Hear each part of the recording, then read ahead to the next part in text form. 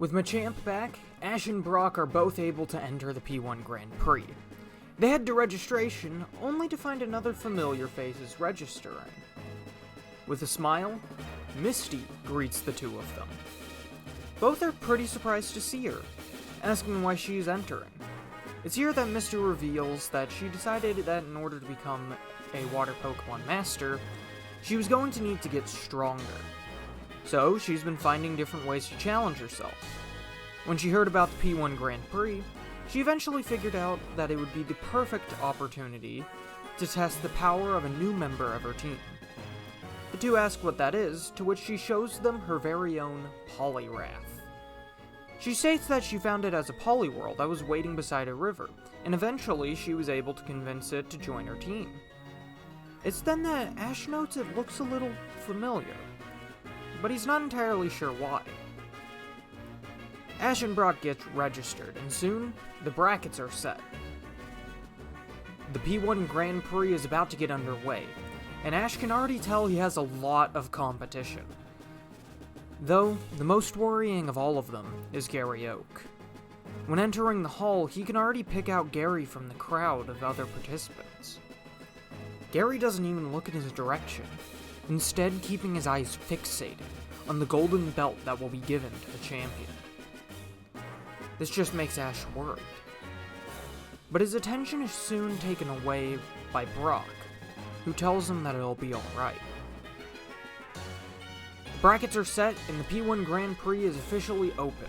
The battles begin, with Giant and his Hitmonlee being the most notable to move on to the next round. Anthony and Brock face each other in the first round afterwards. While Brock and Geodude put up a good fight, Anthony's Hitmonchan is the one to take the win in the end. Misty wins her battle in a Poliwrath Duos match. Gary then easily defeats a Machoke with his Primeape. When he wins, Gary finds where Ash is standing, as if to say that this battle was just a taste of what he'll do to him. It's then that Ash takes the battlefield. His opponent is a Nidoking, a Pokemon Ash has seen before due to Gary. Machamp gets into the ring, turning around to give Ash a thumbs up. With the ring of the bell, the battle begins. Ash is about to call out for the first attack, but Machamp immediately charges in without listening to Ash. Machamp and Nidoking lock with blows of Knockoff and Poison Jab. Ash stands completely surprised by the use of this new move Machamp has. Nidoking and Machamp exchange a few blows, with Machamp managing to get the upper hand with a Bullet Punch. Machamp backs Nidoking into a corner, forcing it to play defense as the Pokemon's trainer tries to shout commands to get the upper hand. Nidoking eventually breaks free with a sneaky Poison Sting, which ends up poisoning Machamp. Ash thinks that this is bad, as the status condition will slowly sap Machamp's energy. If they didn't end things quickly, then Machamp would be done for. He tries calling out to his starter, but Machamp doesn't seem to care. Rather, Machamp is fixated on his opponent, focused only on the win. Nidoking goes for Mega Horn, but Machamp uses two of its arms to grab the attack, before striking with the other two in a flurry of bullet punches. Much to the surprise of the crowd, Machamp seems to be just fine despite the status condition. If anything, Machamp is far stronger than before. Machamp shows its dominance by blowing Nidoking back with a powerful Facade attack. Then, as Nidoking tries one last time to defeat Machamp, Machamp ends the fight with a Vital Throw. Machamp has won the battle, but Ash can't help but feel as though it wasn't truly his win. Machamp comes back over to Ash's side, looking as though it was time to celebrate. But the fighting type notices Ash's mixed looks of disappointment and confusion. The normally jolly fighting type then gets a little upset, as if unable to understand the disapproval of its methods. The two leave, allowing for the next match to take place. Ash takes Machamp over to the healing station set for the battle. Machamp is sprayed with a few potions, However, when the nurse points out an antidote to get rid of the poison, Machamp refuses it. Ash argues with his partner, saying that if Machamp were to keep the poison affliction, it would ultimately cost it in the end. Machamp doesn't seem to get this response, and chooses to walk away from the nurse and his trainer. Ash just stares, dumbfounded by the arrogance Machamp was showing. Did he not care about his own health? The nurse asks if Machamp was a new Pokemon of Ash's, but he says no. He then explains how Machamp and him have been together since day one, only having separated for a few weeks due to an accidental trade of Pokemon between himself and another one of the competitors. The nurse then suggests that maybe Machamp's current attitude was due to the training it underwent with the other trainer. Perhaps Machamp was acting the way that the other trainer had conditioned him to, and that was causing a disconnect between the two of them. Ash thinks about it for a moment. Was Gary's training really the cause of Machamp's current behavior? It would make sense, though he thought Gary seemed unhappy with Machamp. Still, at least the nurse had given him a lead, so Ash asks what he should do. The nurse smiles, telling Ash to give Machamp some time and work towards reconnecting with the fighting type. The battles continue, most notably Giant and Anthony battle. The fight between Hitmonlee and Hitmonchan is fierce, with Hitmonchan and Anthony doing everything in their power to face the previous champion. However, in the end, Hitmonlee is the one to win. Gary and Misty are up next. Misty notices that Gary does seem a little different compared to the last time they met. She then calls out, saying that she still hasn't forgotten how she lost catching Squirtle to him. Once she wins, she'll have her revenge, though. Gary doesn't respond to her words, though, instead having Primeape get ready for the fight. The battle begins, and Primeape starts off with a strong, powerful thrash. Blow after blow lands against Poliwrath, immediately putting the frog on the defensive. After a few more powerful hits, though, Primeape becomes confused, allowing Poliwrath to put a little more distance between them with a liquidation. Primeape reacts strangely, though, slamming its head against the ground right after the attack lands. This surprises Misty and Poliwrath. However, Gary doesn't seem to care. He only calls for close combat, which Primeape responds to without a second thought. The lack of confusion from the Pig Monkey Pokemon catches Poliwrath off guard, making it unable to avoid the powerful blow before it lands. Primeape strikes Poliwrath with consistent, powerful blows that result in the frog being knocked to the ground. Poliwrath attempts to fight back with a water gun, only for Primeape to break through and end things with Mega Kick. Gary is the winner of the battle, moving himself to the semifinals. As Misty calls Poliwrath back, Ash notices a familiar face watching on. They seem almost vindicated by the fact that Misty lost. But why? Ash heads to the ring alongside Machamp, and sure enough, the familiar face is the one he must deal with. Ash wasn't expecting to see him again, but this would allow him to get a little payback for Charmander. Damien chuckles, mentioning how this battle will be a piece of cake. He's already fought the fighting type Ash has by his side, and his new Pokemon is far stronger than the Poliwhirl he used to have. Ash grits his teeth, before stating that he's not going to lose to Damien again. The battle begins with Machamp facing Damien's new Rhydon. Like in the first round, Machamp doesn't listen to Ash, instead choosing to rush in just like before and attack. The two large Pokemon lock blows, with Hammer Arm colliding with Facade. As the two Pokemon begin exchanging blows with each other, Damien begins to taunt Ash. He calls out Ash for Machamp not listening to him, and how Ash actively chose to go into a battle with a poisoned Pokemon. Damien calls for Drill Run, and a powerful blow is landed against Machamp. Ash calls out to his starter Pokemon, trying to get him to listen to him.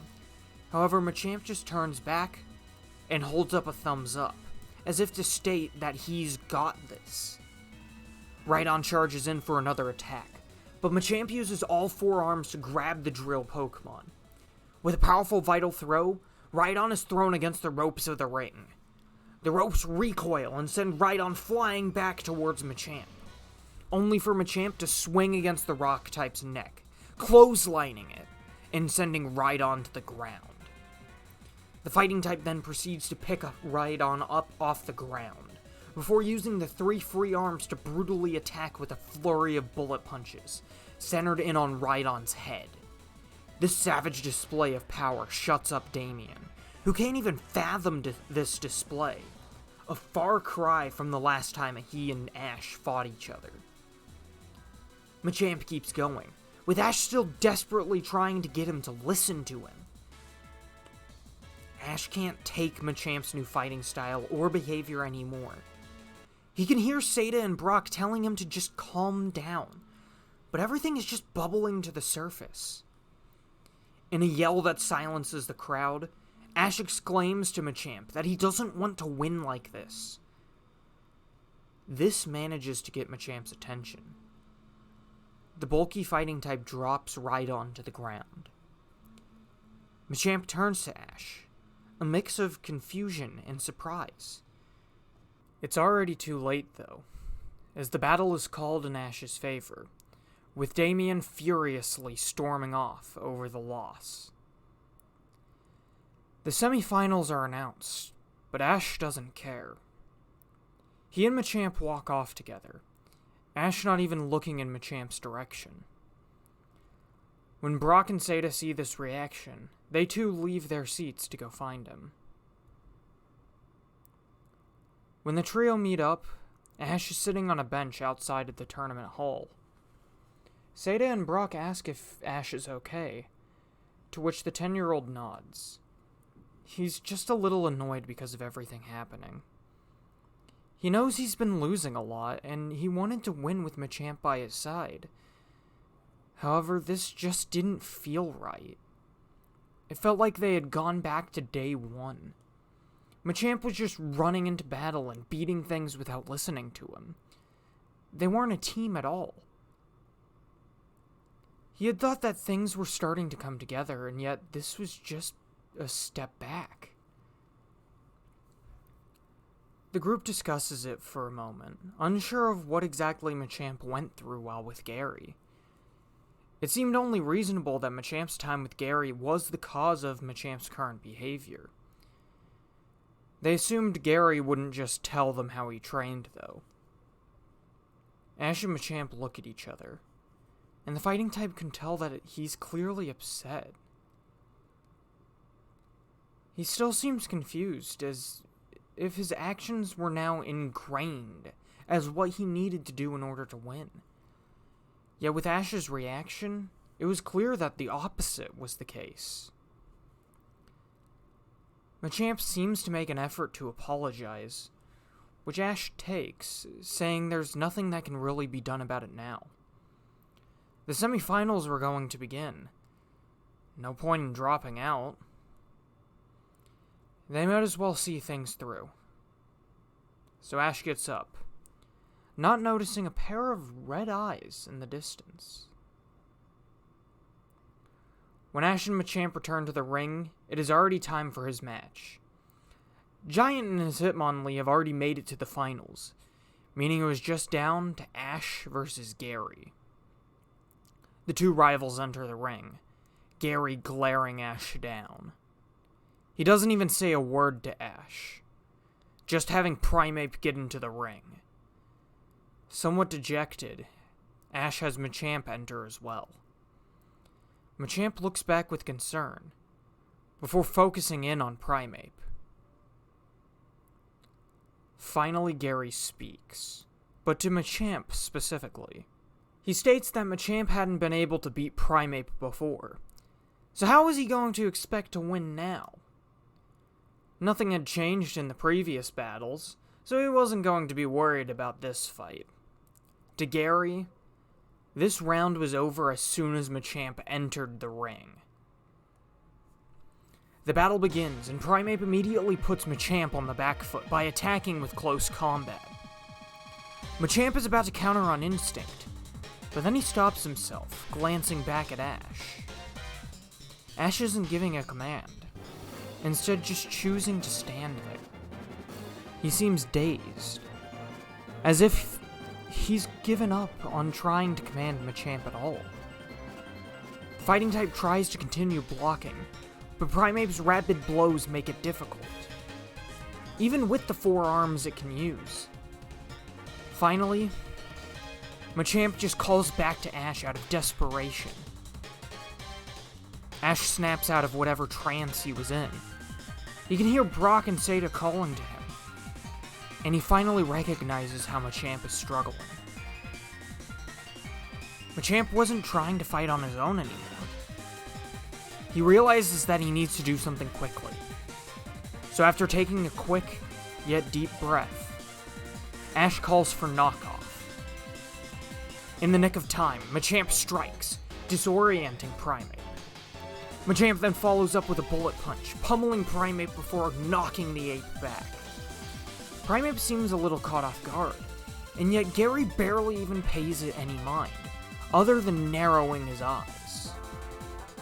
Primeape goes back in, striking with Thrash. Machamp counters with Facade, being boosted by the poison that's still remaining. The two clash, and ultimately Primeape wins out, getting in a few more blows before getting confused. However, Primeape slams itself against the ground, breaking itself free of confusion. It then charges in once more with Drain Punch. Ash calls for Vital Throw. Machamp grins, before sidestepping the leaping Drain Punch, before grabbing Primeape out of the air. Machamp spins around, before hurtling Primeape across the battlefield. Primeape bounds off the ring's ropes, only to be brought to the ground by a powerful Bullet Punch. Primeape leaps back onto its feet, only for Ash and Machamp to be the ones putting it on the back foot this time. Primeape is forced to play defensive as rapid blows of Bullet Punch have the pig monkey up against the ropes. The duo of trainer and starter begin to wear down the angry ape, even despite the damage being from the poison being taken. Gary can't believe it. Machamp wasn't fully recovered from the previous battle, and was constantly having its own energy sapped due to the poison. And yet once again, Ash was getting ahead of him. No. He didn't put in all this work just to lose. He didn't go through all of this just to once again be behind. Primeape begins to respond to Gary's rage. The shackled fists of the ape begin to pulsate with a dark, spectral energy. Soon, the energy begins to envelop the fists, the weighted shackles barely able to handle the raw power coming from Primeape. The energy builds from Primeape's fury, until finally, it snaps. In a blind rage, Primeape breaks loose of the Bullet Punch barrage, knocking Machamp's steely fists away with a single spirit-filled punch. Ash and Machamp are completely caught off guard, allowing for Primeape to wind up a killer blow. Ash calls for Machamp to block, but it seems too late. A blow is struck, and Machamp is sent flying backwards. Suddenly, leaping over Ash's head, comes a white-furred creature. Its body becomes outlined in a blue glow, before water begins to whip around in a vortex. The creature drops down, using the water to stop Machamp from fully flying back. When the water dissipates, Machamp is lying completely unconscious. The white-furred Pokemon then locks eyes with Ash. And Ash can only utter the name of Absol.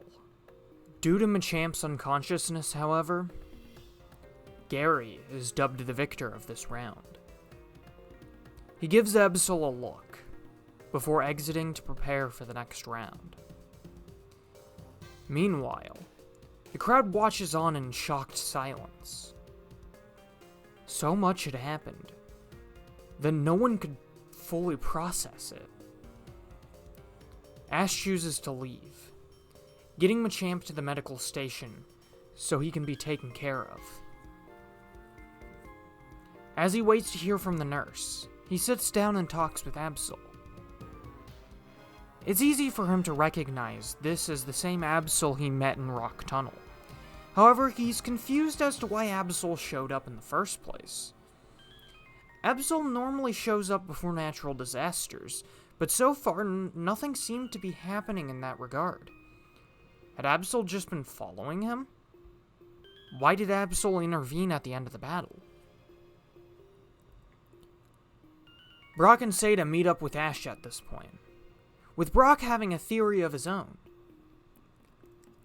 Absol stopped Machamp from flying across the battlefield using Water Pulse. Water Pulse ended up slowing Machamp down to a stop, meaning that if Absol hadn't used the move, the Machamp would have kept flying. Ash and Seda start to get what he's getting at. With Machamp's large size and weight, the amount of force that the attack would have caused most likely would have ended up in damage to the ring. Maybe even harming Ash in the process. The only question remaining was, why was Absol here? That question doesn't take much time to answer, as with a short cry of its name, Ash has an idea. He asks if Absol wanted to join him, to which Absol nods. It seemed that Absol had grown fond of Ash after their time in Rock Tunnel, so now it was wanting to travel alongside him. With a smile, Ash takes out a ball, catching Absol, and adding the disaster Pokemon to his team. His 5th Pokemon. That made up for the loss to Gary. The nurse then returns, Machamp looking much better now. She advises that next time, Machamp not let itself be poisoned for as long as it was. While the Guts ability and Facade attack benefit from it, it would be better for its own health that it not be poisoned all the time. Ash and Machamp thank her, before heading back to watch the final match. The finals come around, and Gary faces off against Giant. Hitmonlee is a powerful opponent, and yet Primeape is never put on the defensive at all. Despite the skill of Giant and his partner Pokemon, Primeape is able to pull off the win in the end, using the same attack that it used to beat Ash's Machamp. With this, Gary wins the entire tournament, earning the P1 Grand Prix belt as his prize. With that, the tournament draws to a close. Our main trio end up meeting back with Misty, who isn't too happy about her loss to Gary, but at least the person who beat her went on to win the entire tournament. They also meet back up with Anthony. The group each discusses what they'll do next. Anthony decides to go back home to his family. He considered speaking with Gary about training his Primeape to be a P1 champion, but he couldn't find the tournament winner after the finale ended. Meanwhile, Misty is going to continue traveling. Seeing as Ash and Gary had both gotten stronger through battling the different gyms of Kanto, she figures that maybe it would be beneficial to take them on herself. Which means she and Ash will be rivals from now on. So the two promise each other that they'll make it to the Pokemon League. With that being said, Anthony and Misty take their leave, both setting out on their own paths. Meanwhile, Gary meets back up with Agatha. She congratulates him on winning the tournament, but Gary says that it's not enough. Primeape's win was thanks to the new move it learned, If not for that, he would have lost to Ash. He needs to train more. His team needs to be stronger. Agatha gives a wicked smile, saying there's an easy way that can be handled. She had overheard from a colleague about the trainers in the neighboring region. They also had a league of their own, meaning there would be plenty of strong trainers for him to defeat, as well as Pokemon he could use to create an unbeatable team. Gary thinks about it for a moment, before smirking. An unbeatable team. That sounded nice to him. Plus, if he was able to conquer another region before the Indigo League would begin, he would have no problem handling his other opponents. Agatha's Gengar appears, and the two sink into darkness, as if they were never there to begin with. Seda and Brock ask Ash if he's ready to go, but he tells them to give him just a second. Then, he brings out his full team. The entire group gets fully introduced to the newest member, as well as welcoming Machamp back to the group. Ash then gets their attention. He explains the situation to everyone. While Machamp was back, and Absol was now on their side, this wasn't necessarily a time for celebration. Despite the power that Machamp now had, they still lost to Gary. But it was alright. They were going to win the next time they saw him. In order to make sure of that, they were going to have to get stronger. They needed to train as hard as they could while they were on the road to Fuchsia City. It was going to take a lot of hard work, but he was sure if they all worked together, then they would be able to do it. The only question was, were they ready? Ash's entire team agreed to do their best. They were going to make sure they didn't lose to Gary again. They were going to put everything they had into becoming better. With a decision to get even stronger, Ash is ready to hit the road. As he steps up beside his friends, Brock tells Ash that he's grown a lot since they first met. Ash smiles, admitting that he has him to thank. Brock had helped him recover from his loss against Lieutenant Surge. If it wasn't for him, Ash might have still let losses get to him as badly as they did before. Brock does mention that it's okay to be upset, and Ash says that he knows. But he can't let a loss hold him down, can he? Brock smiles, before the trio set off, heading down the path to Fuchsia City, in Ash's next gym badge. However, that is where I'm going to leave things for the time being. I'm not putting a like goal on this part, as I feel we have reached somewhere around the halfway point of this story. While I don't have a set number of parts for this series, with Ash having 5 badges, he's already a little more than halfway to his goal of the Indigo League. So I think it's time we give this story a bit of a break. I want to focus on other stories I have for just a little while. Don't worry, it should be only a month or two before we return to Ash's adventures in the world of What If Professor Oak Was Prepared. I appreciate all the support you guys have given this series so far. It was my breakout What If that showed me you guys wanted this sort of content beyond my Journey's rewrite. Of course, as always, I want to know your thoughts. What do you guys think about this version of the P1 Grand Prix? How do you feel about the conflict caused by Machamp's time with Gary? Do you think Gary will be able to conquer Johto and create his ultimate team before returning to Kanto? Will Ash be able to get strong enough to compete with this new version of Gary? Let me know in the comments below, and I will see you all next time.